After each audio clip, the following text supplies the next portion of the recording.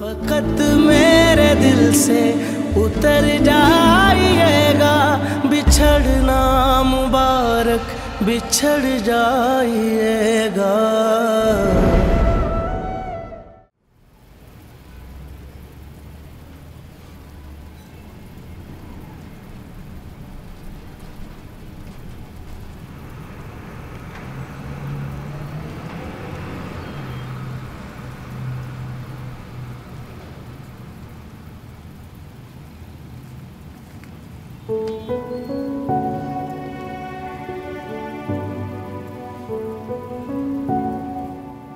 اوایل هر روز میپرسید، بعد اگه عکسش یا هر چیزی که به اون ربط داشت و میدید اون موقع میپرسید. الان دیگه نمیپرسید. یه روزم بهم گفت منو ببر پانسیون بابا، وقتی بزرگ شدم خودم میام پیشت. اون روز بود که حس کردم دیگه بزرگ شده.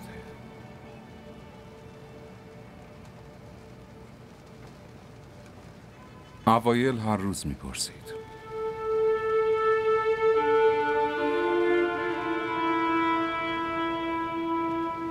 تو اوضاع خودتو دیدی؟ به همین فکر میکنم. چند ماه سوگ کافیه. دیگه باید شرایطمو تغییر بدم. تو کمکم میکنی برادر؟ پول لازم نداری؟ چرا؟ چقدر؟ تقریبا 250 میلیون. شاید از اینم بیشتر. این همه پول میخوای چی کار؟ میگم اگه اینقدر پول نداشته باشم میخوام چی کار کنم؟ میخوام یه تاجر بشم آقاتم. میخوام هر چی دلم خواست بخرم. دوستی، وفاداری، عشق. هر کی میفروشه همه رو بخرم. عصبانی هستی؟ نه، حواسم جمعه. با رفتنش خوابم از چشم رفت.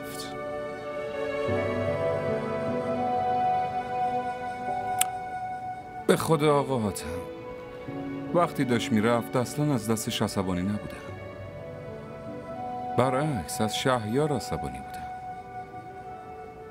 آخه نکبت، اگه واقعا عاشق شدی برو به یه عوضی بگو که اگه از وفا میگه وفا هم داشته باشه.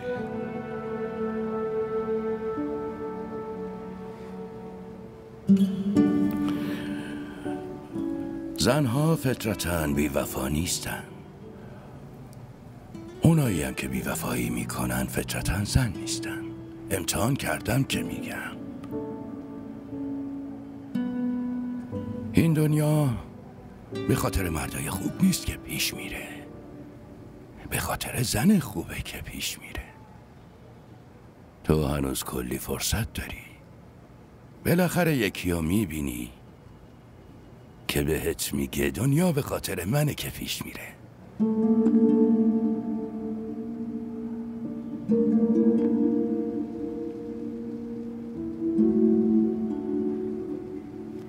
صورت حسابو بیار.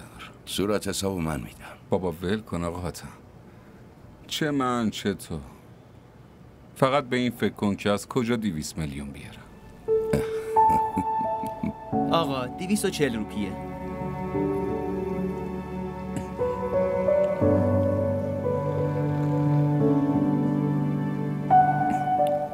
با اجازه آقا حاتم، حتما بهش فکر کن.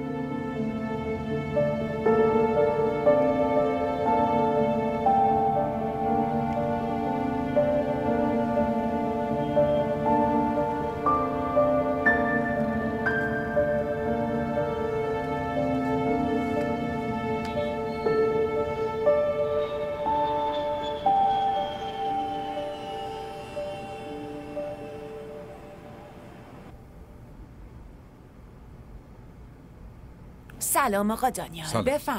بفرمایید بشینید لطفاً. میشه هانی خانومو صدا کنید؟ دارن میان. ممنون. شما برو. خیلی خوب. آقا دانیال، این گزارش پسر شماست.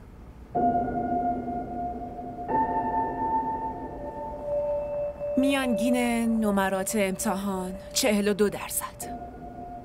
انضباط فاقد همکاری. بازی ورزش شرکت ندارد. تعامل دانش آموز 0. میتونم بیام تو؟ بله بفرمایید هانی خانوم بشینید. صبح بخیر. ایشون هانی خانوم هستن، معلم کلاس روحام. ایشونم پدر روحام هستن، آقا دانیال. بله من پدرشم.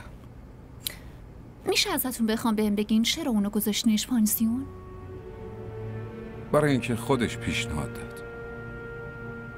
خدایا، اون بهتون پیشنهاد داد؟ شما هم قبول کردی؟ مگه شما چند تا بچه داری؟ فقط روحامو دارم همین. یعنی اون بهتون پیشنهاد داد، شما هم گذاشتنش پانسیون به همین راحتی؟ فکر کنم اشتباه کردم. درسته؟ من فکر میکنم اون نمیتونه توی این مدرسه ادامه بده. نه ببینید لطفاً. ببینید آقا، من فکر میکنم اون واقعا مشکل داره. باهاش که حرف میزنی روشو بر میگردونه، تو کلاس جدا میشینه، تکالیفش هم همیشه ناقصن. سوال میکنی جواب نمیده. اگه بخواد جوابم بده اول فکر میکنه. اصلا فکر میکنه که جواب نده بهتره. ولی یه فرصت بهش بدین. فقط یه فرصت. ببینید آقا، اون روی بقیه بچه‌های کلاسم خیلی اثر بدی گذاشته. حتی 1-2 نفر گفتن ازش میترسن. برای چی میترسن؟ مگه حالا جن یا دیوه؟ نه اون کاملا نرماله، باهوشه. فقط یه مشکلی براش پیش اومده که اینطوری رفتار میکنه. شما یه فرصت بهش بدین، من بهتون قول میدم اگه پیشرفتی نداشت خودم از اینجا میبرمش. باشه، پس از نظر من مشکلی نداره به مادرش بگیم بیاد اینجا تعهد بده، من این فرصت رو بهش میدم. مادرشو از کجا بیارم؟ اون طلاق گرفته، از کشورم رفته. چطوری میخواید ازش تعهد بگیرید؟ ببخشید، قضیه اینه که من نمیتونم هیچ حرف بدی در مورد پسرم بشنوم. اون پسر منه. من اینو میدونم که اون خیلی باهوشه، فقط از جدایی مادرش قصه داره، برای همین اینطوری رفتار میکنه. امروز حتما میبینمش، حتما هم باش حرف میزنم. اگرم قول بده میبینید که چقدر خوب میشه، کارنامه‌ش هم خوب میشه. مشکلی نیست آقا دانیال، ما درک میکنیم. نگران نباشید، مشکلی نیست. ممنونم، خیلی ممنونم. واقعا بازم عذر میخوام، نباید صدامو بلند. نه عیبی نداره. باشه، خدا نگهدار. خدا نگهدار.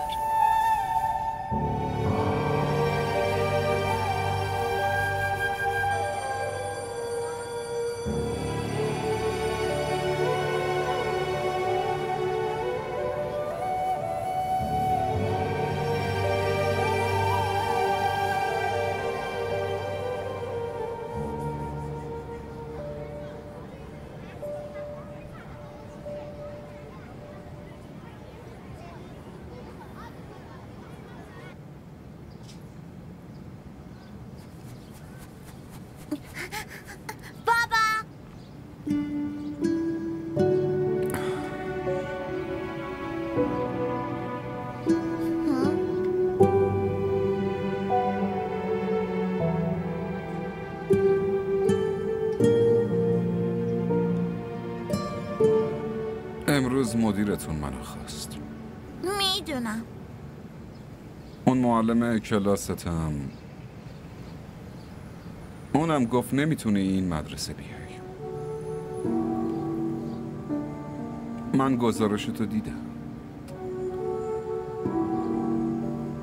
میانگین امتحانات فقط 42 بود. انضباط غیر قابل قبول. فعالیت ها شرکت نداری. با هیچ کس حرف نمیزنه. جواب سوالا رو هم نمیده.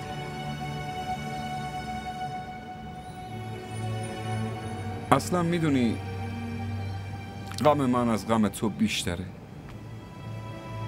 مادرت اگه ول کنه و بره باز مادره. زنت اگه ول کنه و بره دیگه زنت نیست. ولی بازم من هر روز میرم اداره. خوب کار میکنم. وقتی هم میام غذا میپزم. بعدش تو چی؟ یه بزدلی.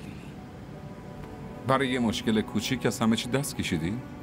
حتی به این فکر نکردی که اگه از مدرسه بابا رو بخوان به بابا توهین میشه؟ مگه تو درسا رو نمیفهمی؟ وقتی شنیدم عصبانی شدم. از رو عصبانیت به معلمت گفتم پسر من خیلی باهوشه. یه فرصت دیگه بهش بده. الان از جدایی مادرش قصه میخوره. برای همین نمیتونه خوب رفتار کنه. تو به من فرصت بده. منم بهت نتیجه خوب میدم. من اشتباه گفتم؟ عیبی نداره. بالاخره باید یه کاری کرد که آبروت نره. میدونی چیه؟ منم یه دفعه از قصه به گریه افتادم. بعد حس کردم خوب شدم. چون به این فکر کردم که روحامو داره. روحام قدرت منه. ولی میدونی چیه؟ تو نقطه ضعف منی.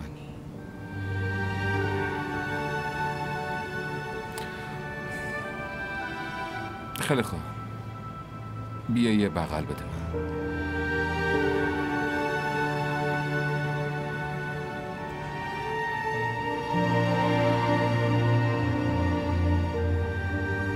هیچ کدوم از حرفای منو به دل نگیر. فوقش میریم یه مدرسه دیگه. الان دیگه کلاست شروع میشه. شنبه میام میبرمت باشه؟ وایسا.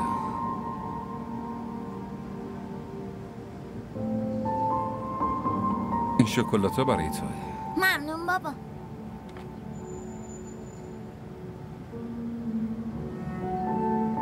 وایسا بابا.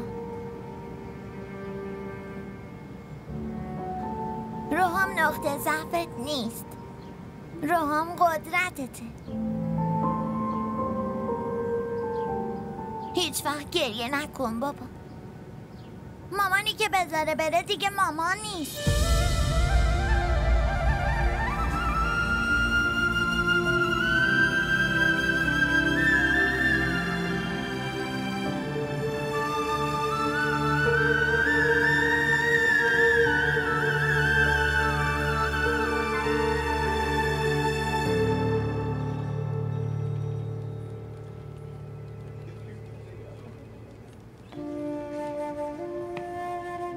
صبح بخیر آقا.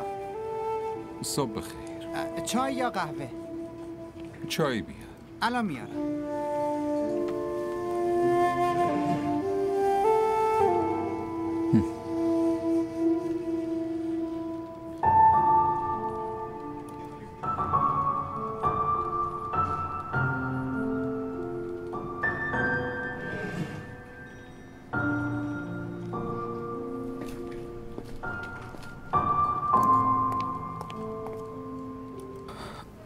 دوباره دیر اومدم. عیبی نداره. رفته بودم مدرسه روح. مدیرش کارش داشت. این نامه رو ببین توش چیه؟ این چیه؟ تو ترفیع گرفتی جناب دانیال. ماشاءالله رتبت شده 17. اه فقط بابا باید خیلی خوشحال باشی آقا دانیال.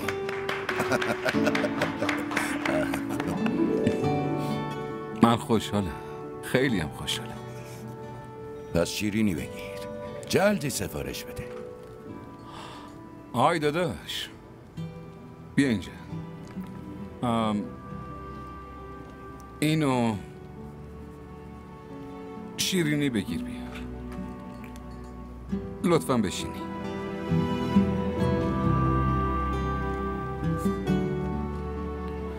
گزارش عملکردش خوب نیست، یعنی خیلی بده. معلمش هم گفته که اون نرمال نیست. بعد رفتم دیدمش، نشستم باش حرف زدم. وقتی هم می اومدم بهم قول داد. آقا دانیال تو ترفیع گرفتی. خب چه فایده ای داره؟ یعنی من خوشحالم. من ترفیع گرفتم آره، ولی معلمش میگه که نمیتونه اون مدرسه بره.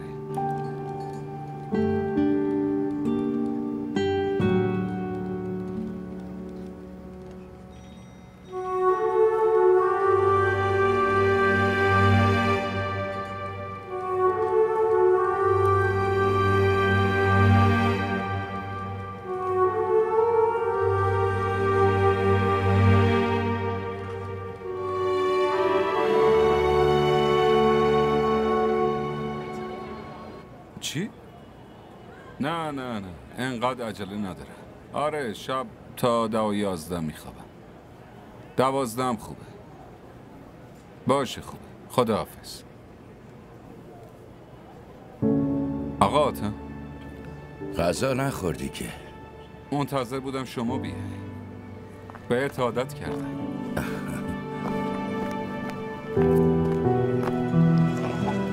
داری چیزی میخری؟ نه دارم یه چیزی میفروشم. چی؟ خونمو میفروشم.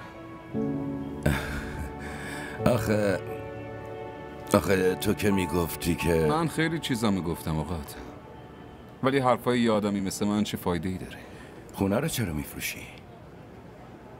دیشب که دیدمت رفتم نشستم فکر کردم. یاد حرف یکی افتادم که تو تجارت فقط 100,000 تای اولش مهمه. الان دیگه 100,000 تا قدیمی شده. برای همین فکر کردم الان 10 میلیون اول واجبه. برای همین فکر کردم با فروش خونه بهش برسم، ولی اون ناکس فقط داره 7 میلیون میده. میخوای تجارت کنی؟ بهت که گفته بودم. ولی آقا دانیال با کارمندی که نمیشه تجارت کرد. خب کارمندی رو ول میکنه. آقا دانیال همین الان ترفیع گرفتی، بعد داری میگی که چرا این حرفا رو میزنی آقا؟ شما چی فکر کردی؟ که اگه کارمند نباشم نمیتونم زنده بمونم؟ نگران نباش، زنده میمونم. ولی اگه این 250 تا رو نداشته باشم میمیرم آقا.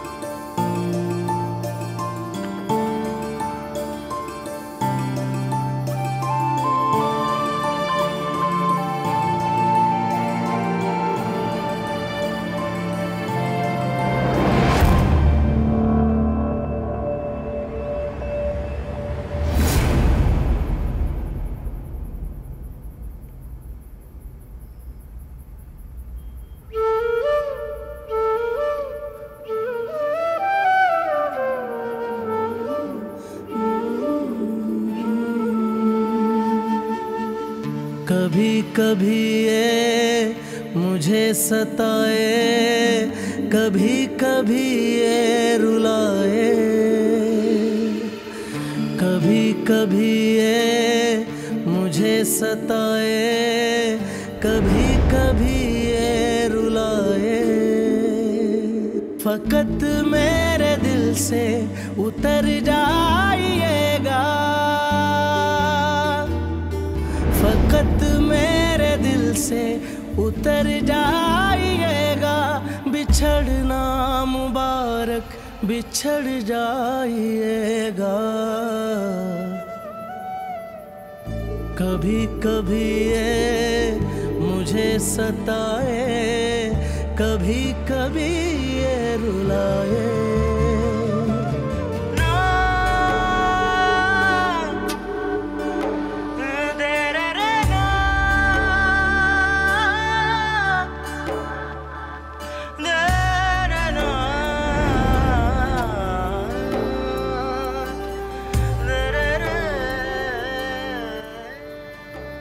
سلام، حالتون چطوره؟ خوبم، خوش اومدین.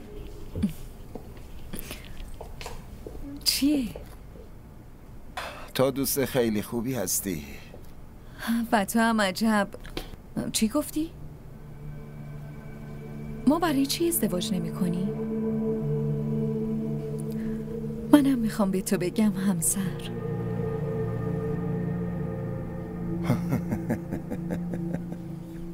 برای چی میخندی؟ ببینم عشق دلتو زده؟ این چه حرفیه میزنی؟ الان تازه فهمیدم عشق واقعی یعنی چی. بگو دیگه، ما کی عروسی میکنیم؟ یه چیزی بپرسم؟ آره. برای چی میخوایم با ازدواج کنار هم باشیم؟ با عشق نمیتونیم کنار هم باشیم؟ داری شوخی میکنی؟ نه شوخی نمی کنم. این یه سال $1,000,000. چند ماه که کنار همیم، کل اروپا رو چرخیدیم، هیچ وقت حس نکردیم که برای عشق ورزیدن ازدواج واجبه. هیچ وقت کم بودی توی عشق من دیدی؟ بگو دیگه. هیچ وقت از دلم رفتی؟ اون که درسته، ولی اگه درسته پس ولی چیه؟ برای چی مثل دخترای قشر پایین فکر میکنی؟ که برای عشق ورزیدن دعا میکنن عروس بشن. شهیار، گفتم که فعلا بذار با عشق پیش بریم. وقتی حس کردیم ازدواج مهمه، خوب ازدواج میکنیم. بعدم عزیز دلم، ازدواج طلاق هم داره، ولی عشق طلاق نداره.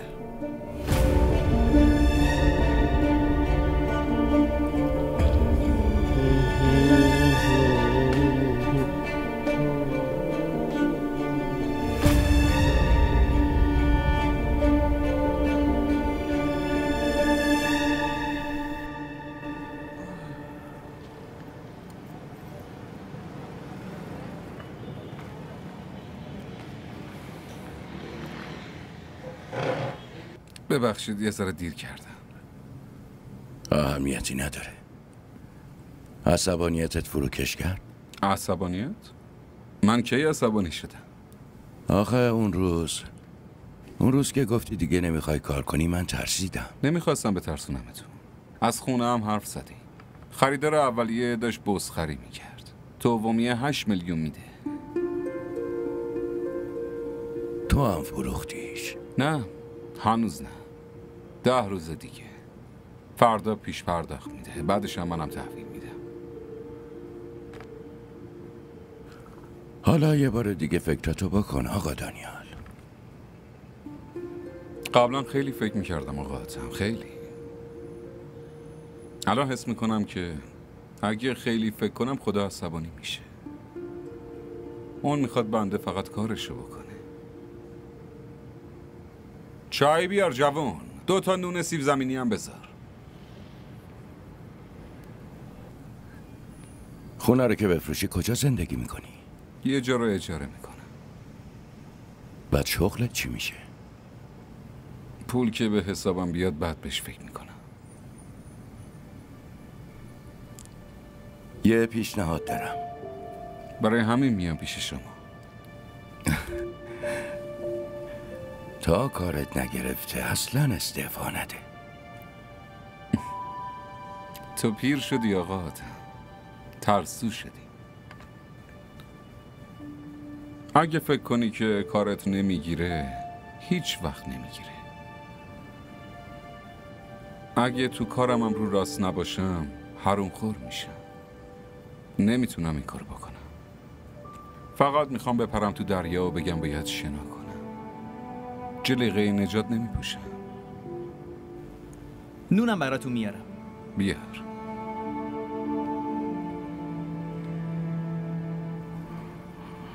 ازدواج کن. چرا؟ برای پیشرفت حتما باید یه زن پشتت باشه. تو این حرف رو قبول داری؟ فقط همینو قبول دارم. ولی من قبول ندارم.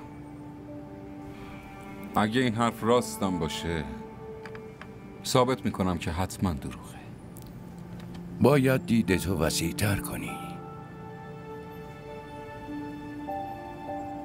اکثرا آدم تو عصبانیته که جنگو میبازه. اون که رفت براش دعا کن. اگه ناراحتت هم کرده ناراحت نباش. سلام کن و بگو اگه تو مال من نیستی، ولی گوش کن عزیزم، منم مال تو نیستم.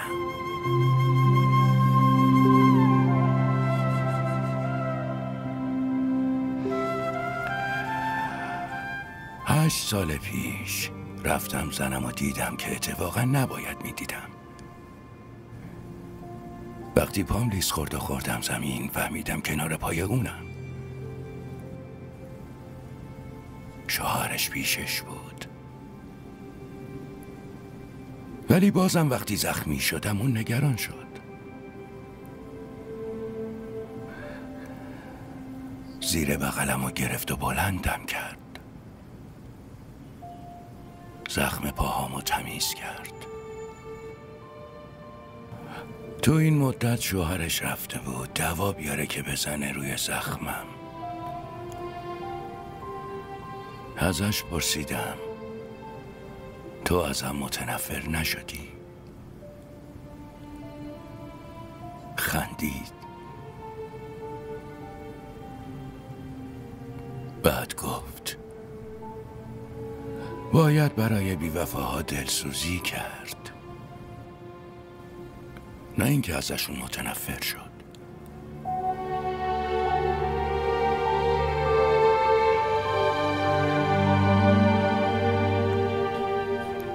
سیگار داری؟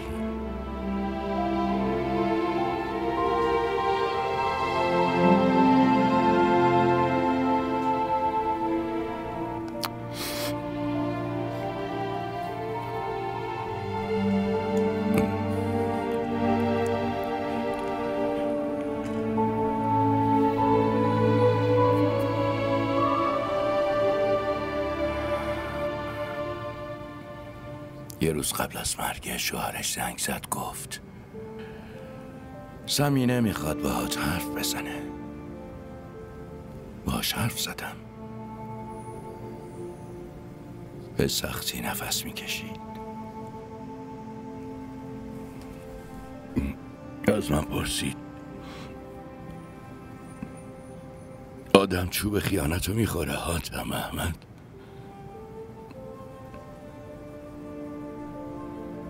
گفتم آره میخوره. گفت تو چقدر چوب خوردی؟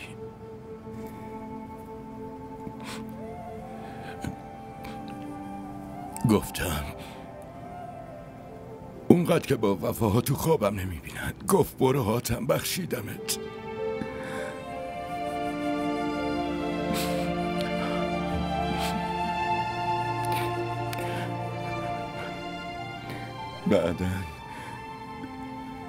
شوهرش بهم گفت که قبل از مرگش ازم پرسید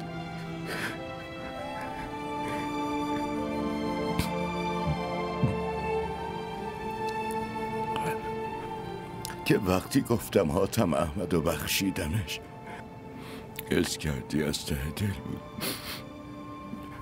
بعضی وقتا آدم کسی رو میبخشم از ته دل نه، اصلا اینطور نیست.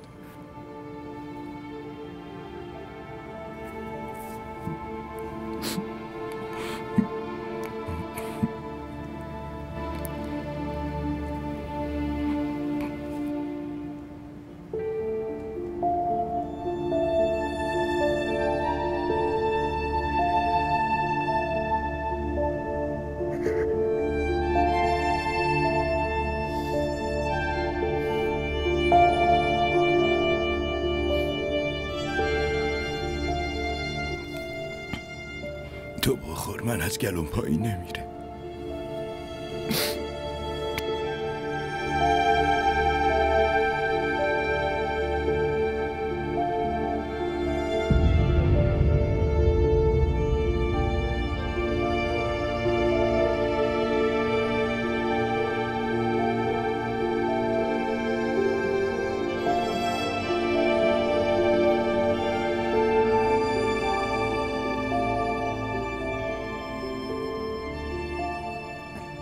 جوان، صورت حسابو بیار.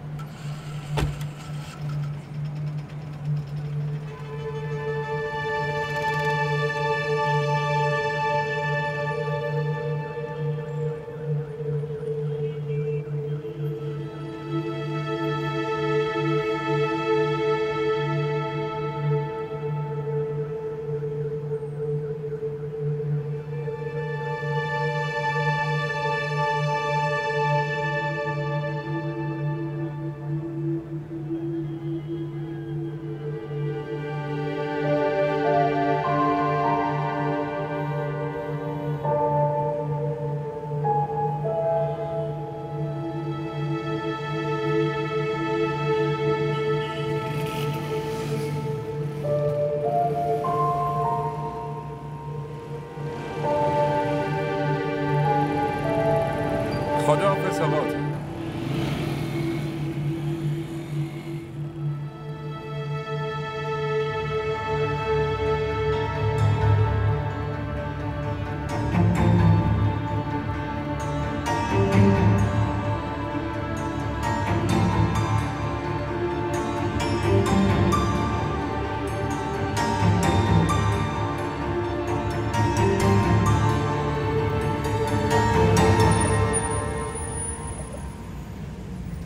آقا حاتم، آقا حاتم،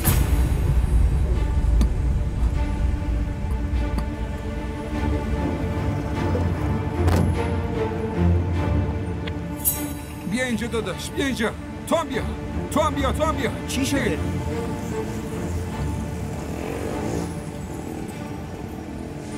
آقا حاتم بود. آقا حاتم و درار داداش، بودو درش بیار. حالت خوبه؟ زود درش بیار، عجله کن. اینجا ببینم. آقا حاتم، آقا حاتم، زیر بغلشو بگیر نیفته.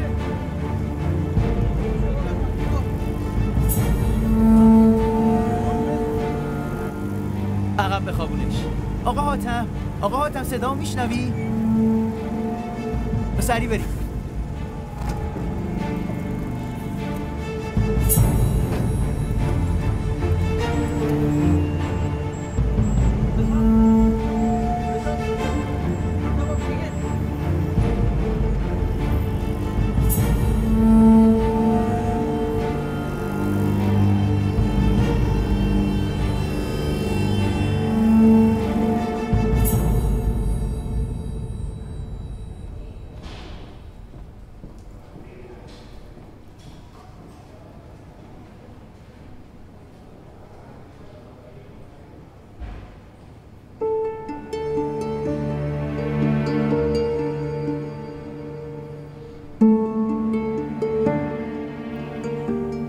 آقا حاتم مرد خیلی خوبیه. آره. قبلا هم حالش بد شده بود، همونجا توی قهوه خونه ما، ولی بازم خیلی سیگار میکشید. لطفاً یه خبر به خانواده‌اش بدین. تو میدونی خونشون کجاست؟ نمیدونم. شما همراه آقا حاتمین؟ بله منم. چه نسبتی باهاشون داری؟ حالشون که خوبه. هنوز به هوش نیومدن. شما چه نسبتی دارید؟ من دوستشونم، همکارشون. آهان، زحمت بکشید کارت ملیتون رو بدین به بخش و موبایل و کیفشون رو با خودتون ببرید لطفاً. بله. ممنون.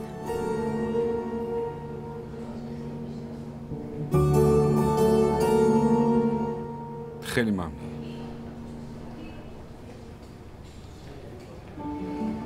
تو گلشن میشینه. زنگ بزنید دیگه. به کی؟ به خانواده‌اش. اون روز ما با گوشیش زنگ زدیم. اسم دخترشو هم دخترم سیف کرده تو موبایلش.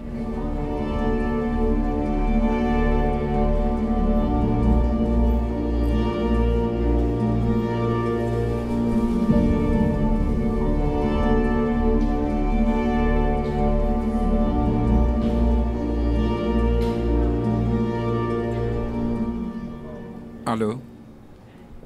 ببخشید من دانیال هستم، همکار آقا حاتم. شما دخترشون هستین دیگه. ببینید آقا حاتم دچار حمله قلبی شده، الان تو CCU بیمارستانه. تو صحبت کن. الو، سلام.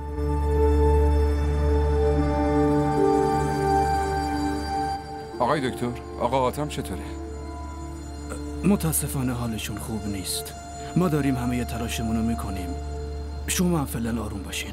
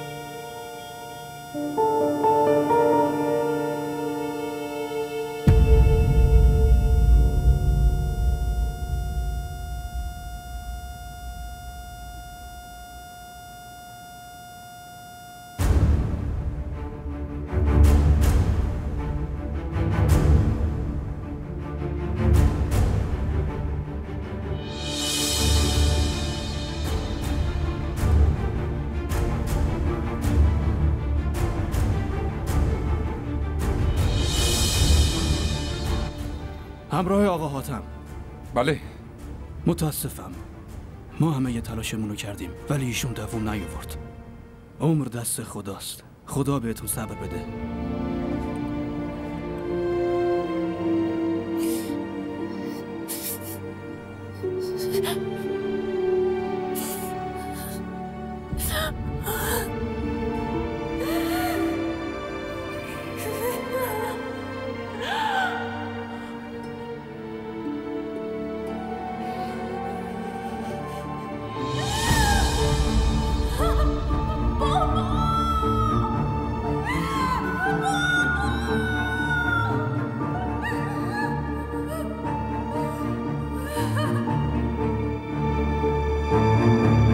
फकत मेरे दिल से उतर जाइएगा, बिछड़ना मुबारक बिछड़ जाइएगा।